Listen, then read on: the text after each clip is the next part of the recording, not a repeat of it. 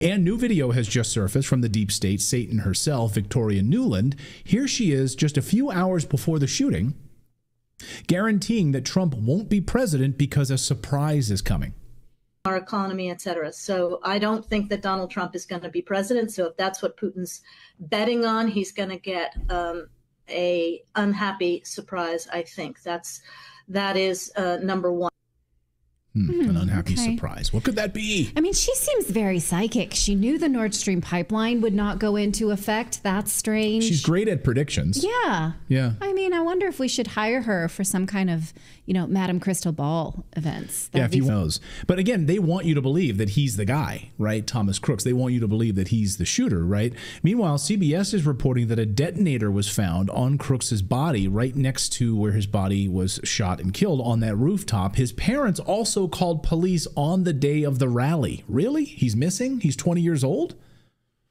So we're learning the shooter's parents called law enforcement on the day of the rally to say they couldn't find their son. We know they're cooperating with law enforcement, and this comes as a new photograph obtained by local station WPXI shows a detonator device found next to Thomas Matthew Crooks' body after the attempted assassination. Crooks had explosives inside his car, found parked near the rally, and bomb-making materials inside his home. The alarming photo raises questions about whether Crooks had other plans as he opened fire. Less than 200 yards away from the rally stage, while positioned on a rooftop, which the Secret Service says was within the perimeter delegated to local law enforcement. And now we're learning that police knew about Crooks 3 hours before the shooting. He came in with a rangefinder, and police and Secret Service said they'd keep an eye on him. They were aware of him. And new video from DC Drano this morning reveals the shooter was walking around 1 hour beforehand. Take a look. So you can see him here in the background there, walking around, scouting out the location, apparently. This is 1 hour beforehand, walking around, looking up, security. What's this guy doing here? But that's an hour beforehand, 1 hour ahead of time. And police didn't engage him. He was allowed to leave the area. Where's his gun, by the way, at this point? Well, he was actually allowed to leave the area and only return with it, was able to come back with a backpack. Eventually climbing on the ladder near that HVAC unit onto the structure behind the buildings and then onto the roof. Well, some reporting says that he went through security check. He did and go security said, with a let's rangefinder. keep an eye on him. But then they didn't.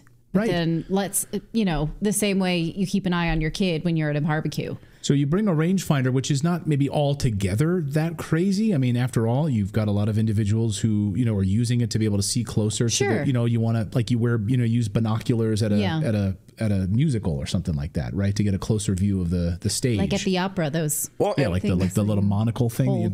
Sure. And when I go to a concert at a festival these days, they open your backpack and they check it. You're going into a presidential convention with a backpack that's not checked?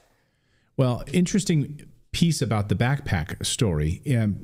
I spoke to an eyewitness on this who said they were told and sent emails before their arrival, no bags. Not allowed to bring bags. No bags. And eyewitnesses were seeing other people were bringing bags and saying, well, they're going to be upset because they're going to have their bags taken. Like, why are you bringing a bag? We got emails saying explicitly no bags.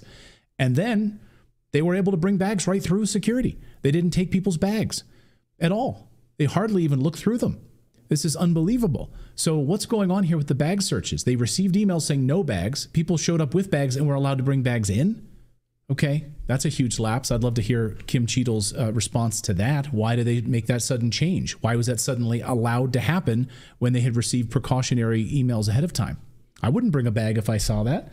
I'd be like, no, they're going to take my backpack. Right. Right? So why even bring it? I mean, multiple eyewitnesses now say the water tower direction. Shots were fired from that location. Multiple eyewitnesses. And they had been right by the fence where the other shooter was. There was one I heard in the water tower. There was one by the fence. And still, obviously, initial reports. But what we do know...